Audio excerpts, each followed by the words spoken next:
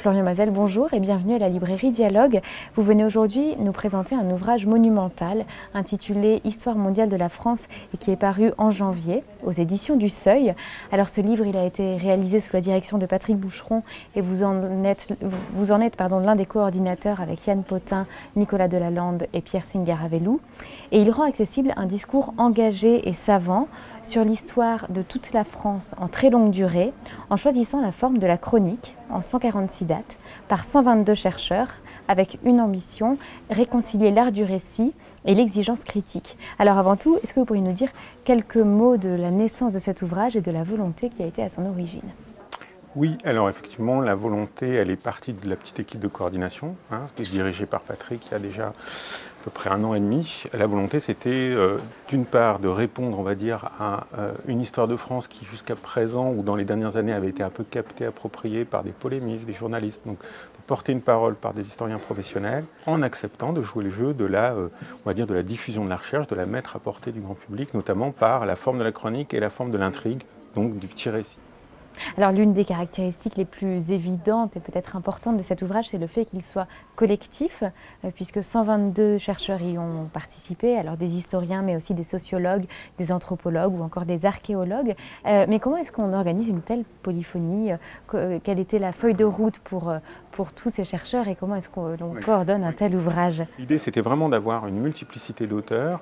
Il y en a quelques-uns qui font 2-3 notices, mais la plupart n'en font qu'une. Donc vraiment, c'était de s'adresser aussi aux spécialistes. Donc il y avait un premier souci qui était d'exigence intellectuelle. Le deuxième choix, il est plus politique, il est de dire que justement sur l'histoire de France, il faut un discours multiple, il faut un discours polyphonique, comme vous l'avez dit, parce que d'une part, aujourd'hui, on n'est plus capable en tant qu'historien, même si on veut être au plus près des sources, notre exigence était véritablement, en faisant appel à des spécialistes, des gens qui travaillent la documentation primaire, qui ne soient pas des intermédiaires, comme souvent. Donc il y avait une feuille de route qui a été largement reprise dans la préface de Patrick Boucheron, qui a amplifié, je dirais, le texte de départ qui a été envoyé aux auteurs, qui stipulait le format, des notices courtes, entraînantes. Enfin, l'idée c'était de faire du récit et de rentrer par le récit d'un événement. Et ensuite de laisser assez carte blanche sur la forme aux auteurs. Alors donc, dans ce livre, on découvre donc 146 dates.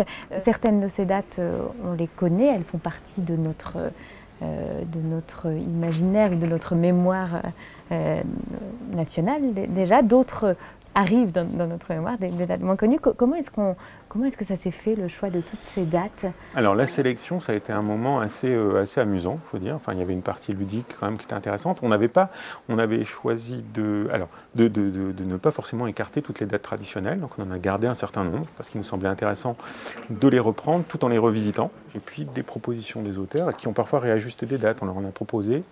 Ils ont dit non, mais celle-ci, finalement, on préférerait la décaler de 5 ans ou 10 ans, ce serait plus intéressant, parce que ça permettrait d'aborder tel ou tel autre problème. Donc on l'a bâti comme ça et on l'a enrichi. Alors l'ouvrage, il peut se lire, si on le souhaite, dans l'ordre chronologique, mais on peut aussi, bien sûr, piocher des dates comme on veut. Il y a aussi des renvois à la fin de chaque texte, donc des renvois vers d'autres dates. Il y a des parcours buissonniers proposés à la fin du livre aussi sur des thématiques.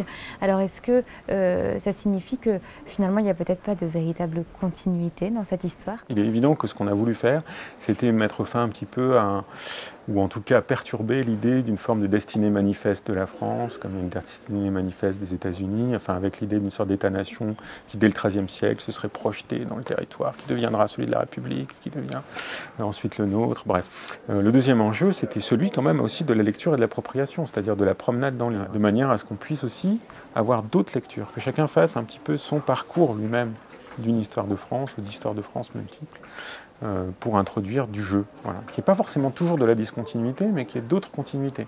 En fait, en sautant comme ça 5-6 dates, on rétablit en fait de la continuité, mais pas la même, pas chronologique. Voilà. Comme le parcours il est quand même chronologique, c'était l'idée de réintroduire de la diversité et de la continuité, mais non chronologique.